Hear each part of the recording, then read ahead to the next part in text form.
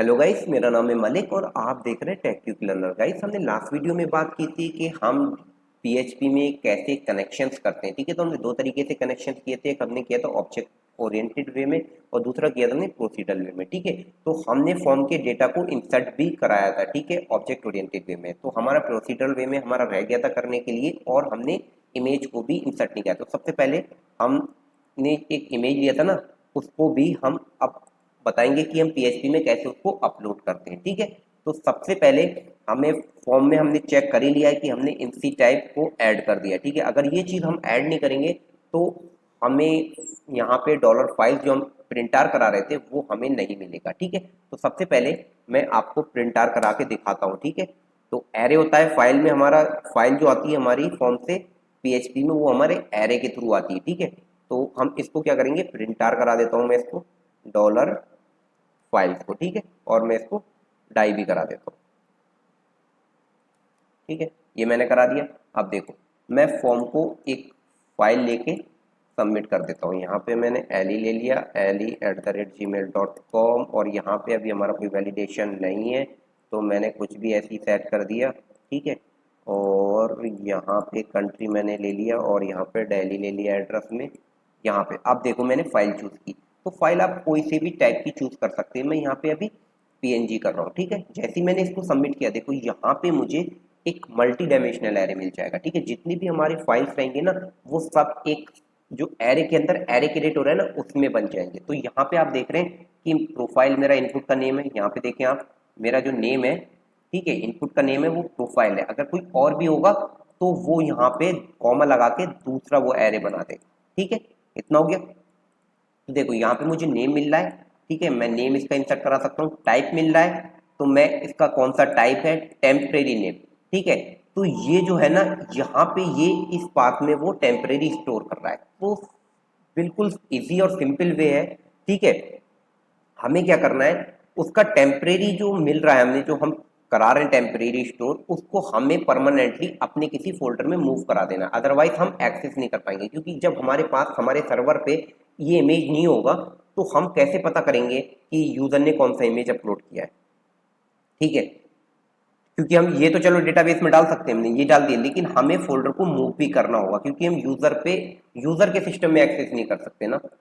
ठीक है, तो इसलिए हम उसको परमानेंटली अपने फोल्डर में मूव करा लेते हैं। ठीक है, तो सबसे पहले मैं यहाँ पे क्या करता हूँ, इसके नीचे जाके मैं पहले इस सेट की कंडीशन लगा देता हूँ। ठीक है, क्यों, क्योंकि जैसे जैसे मुझे अभी इमेज को मुझे ऑप्शनल है, वहाँ पे ऐड नहीं हो रहा है समटाइम। ठीक है, कोई भी वैलिडेशन नहीं है, तो यहाँ पे मैं चेक करूंगा कि अगर मेरा डॉलर फाइल्स में जो प्रोफाइल है, ठीक है, हमारे इनपुट का नेम प्रोफाइल है, उसमें अगर नेम सेट है तभी ये कोड एग्जीक्यूट होगा, अदरवाइज नहीं होगा।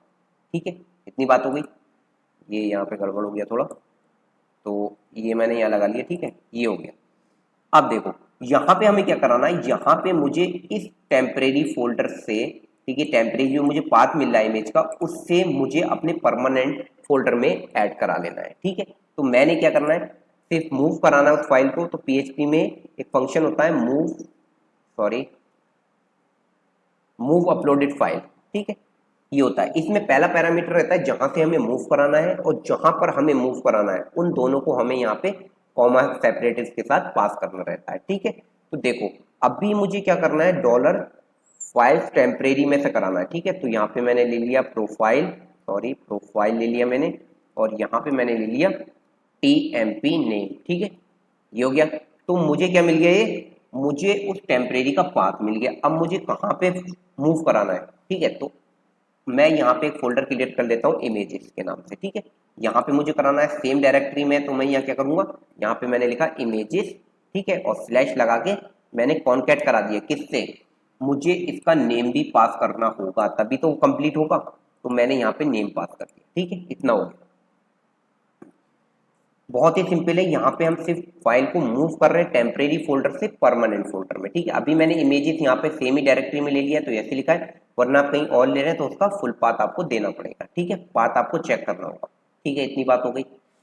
अब क्या करते हैं, अब यहाँ पे मैं क्या करता हूँ, एक डॉलर प्रोफाइल ले लेता हूँ। ठीक है, मैं क्या करता हूँ ना, इसका इमेज का जो नेम है ना, इसको एक ही जगह सेट करता हूँ क्योंकि मुझे डेटाबेस में भी इंसर्ट कराना है, सब जगह कराना है। ठीक है, तो इसके लिए मैं आपको अभी दिखाता हूँ। यहाँ कर लिया मैंने। अब यहाँ पे क्या है, मैं इसको कॉपी कर लेता हूँ। तो डेटाबेस में मेरा मेरा क्या नाम है, मेरा नाम प्रोफाइल ही है, तो मैंने प्रोफाइल को ही कॉपी करके यहाँ पे लिख दिया।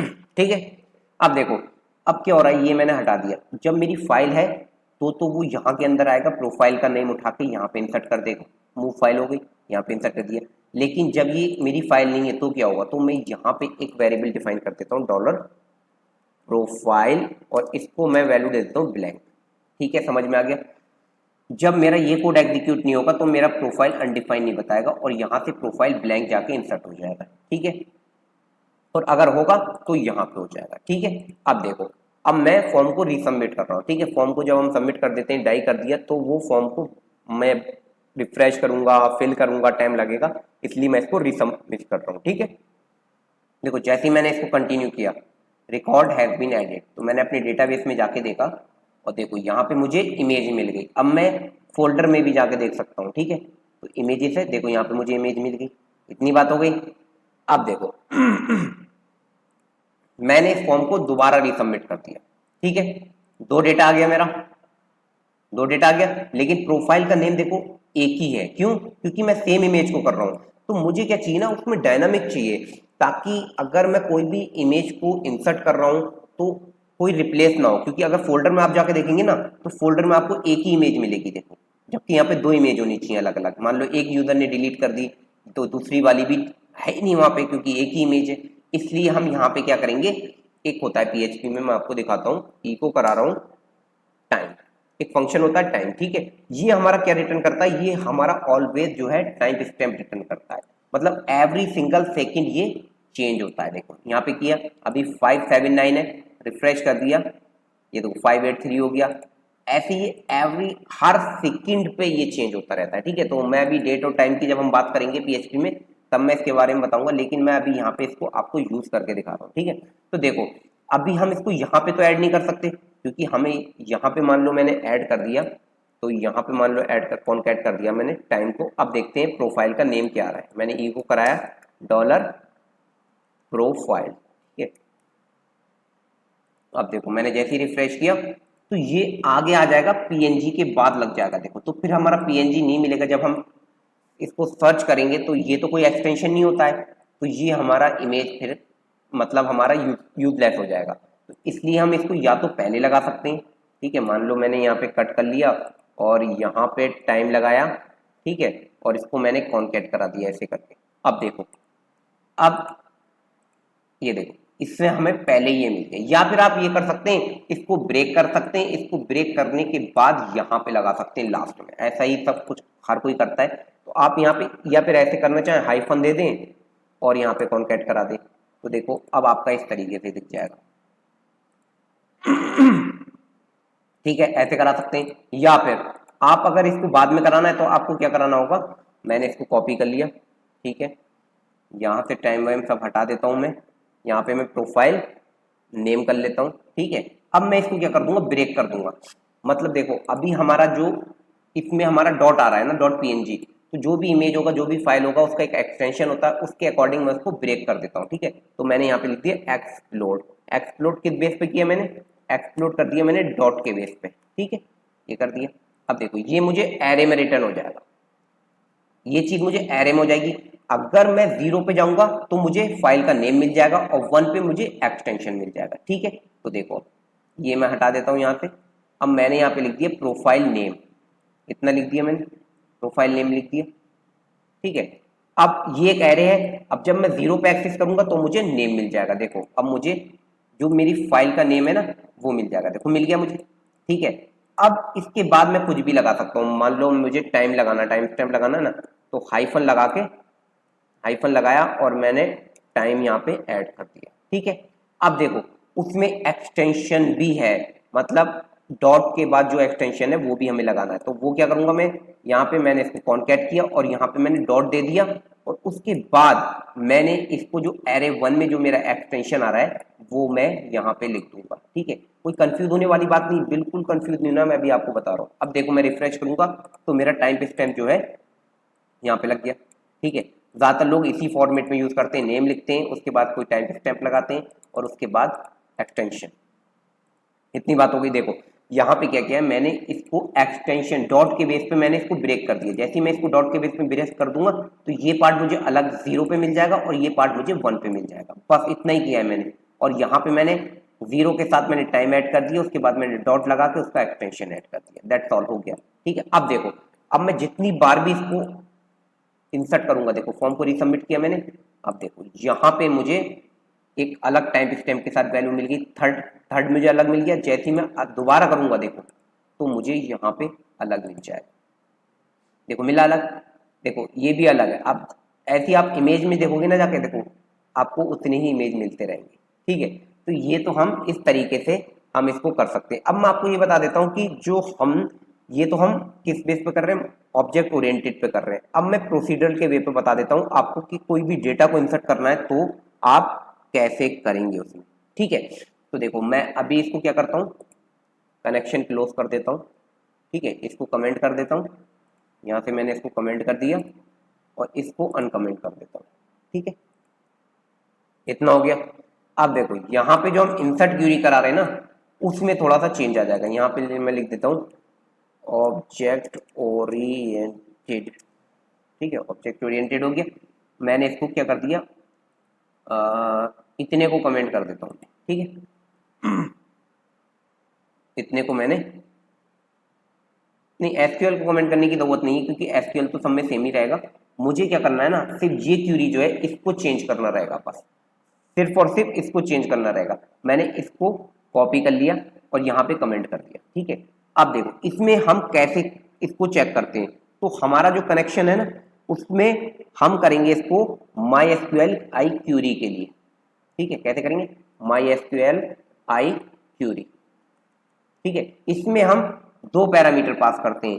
पहला जो हमारा कनेक्शन होता है उसको पास करते हैं। ठीक है, तो हमारा कनेक्शन क्या है, $CON, और उसके बाद हम पास करते हैं जो हमारा एसक्यूएल है। ठीक है, तो $SQL पास कर दिया, हो गया।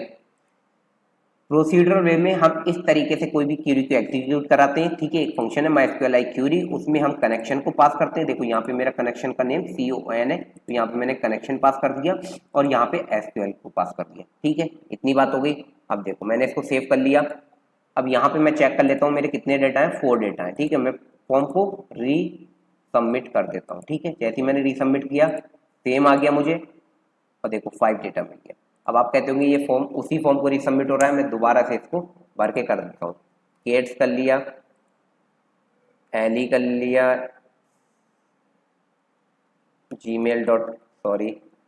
gmail.com हो गया। ठीक है, और यहाँ पे कोई भी मोबाइल नंबर दे दिया, वैलिडेशन नहीं है। यहाँ पे मैंने सिलेक्ट कर लिया और यहाँ पे मुंबई कर दिया। ठीक है, फाइल को मैंने कोई भी चूज कर लिया, यहाँ पे ये चूज कर लिया। अब देखो जैसे ही मैं यहाँ पे डेटा को चेक कर ले रहा हूँ। ठीक है, अभी जो 5 डेटा है मेरे, ठीक है, जैसे ही मैंने इसको सबमिट किया रिकॉर्ड हैज बीन एडेड। ठीक है, और यहाँ पे देखो 6। तो इस तरीके से हम प्रोसीडर वे में हम इस तरीके से क्यूरी को एग्जीक्यूट करके हम डेटा को इंसर्ट कर सकते हैं। ठीक है, तो गाइस आपको आई होप ये समझ में आया होगा कि हम दोनों तरीके से फाइल को, ये सारा कुछ कोड हमारा सेम रहेगा, ये क्यूरी भी सेम रहेगी, बस इसका जो मेथड है ना कॉल करने का वो थोड़ा अलग है। ठीक है, तो आई होप आपको समझ में आएगा। नेक्स्ट वीडियो में हम बात करेंगे कि हम अगर मुझे साइनअप का कोई पेज बनाना है ना, जो हम डेटा को इंसर्ट कर रहे हैं, इसके बेस आने वाली वीडियो में हम बात करेंगे कि हम जो है लॉगिन फॉर्म को कैसे सबमिट करेंगे। ठीक है, तो लॉगिन का फॉर्म और सेशन के बारे में हम बात करेंगे कि हम सेशन है तो हम सेशन को कैसे सेट करेंगे। ठीक है, तो आई होप ये आपको समझ में आया होगा। अगर कोई आपको डाउट है, कोई इश्यू है तो आप मुझे कमेंट कर सकते हैं। ठीक है, मिलते हैं नेक्स्ट वीडियो में, जब तक के लिए बाय बाय, टेक केयर।